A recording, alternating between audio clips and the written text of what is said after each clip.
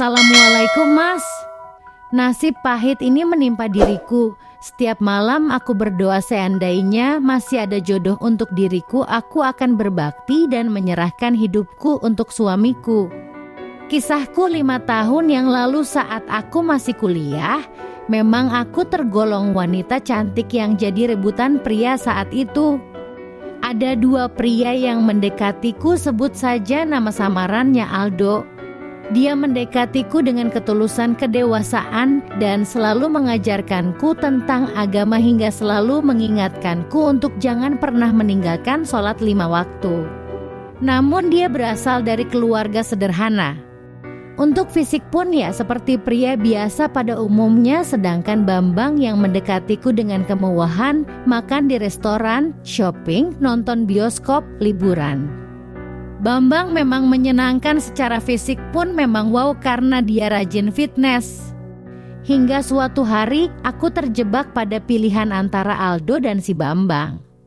Jujur hatiku mantap dengan Aldo dan hatiku benar-benar nyaman saat bersamanya, namun aku menyangkal hatiku sendiri.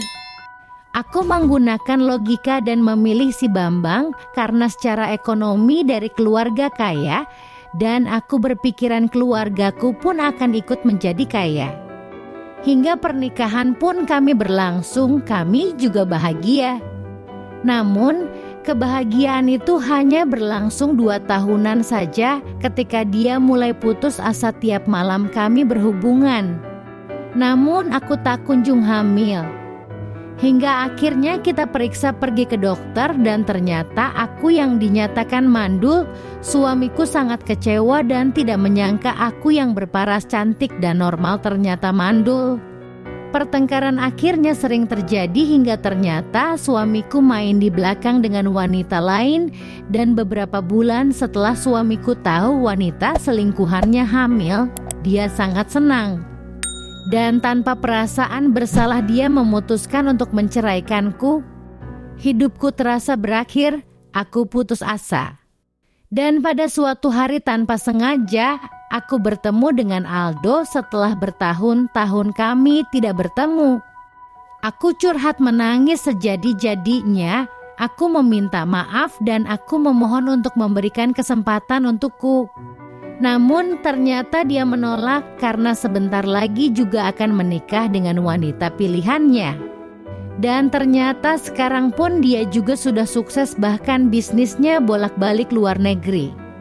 Dari kisahku ini aku paham dan aku sadar ternyata kebahagiaan tidaklah bisa diukur dari harta, materi, dan ketampanan. Sebab ketulusan dan keikhlasan menerima jauh lebih berarti. Aku hanya mengharap bila masih ada pria yang mau menerima keadaanku ini, aku sangat bersyukur. Dan aku akan berbakti kepada suamiku. Aku tidak mencari kriteria karena aku sendiri penuh kekurangan. Aku divonis mandul dan aku tidak tahu apakah masih ada pria yang mau menerimaku.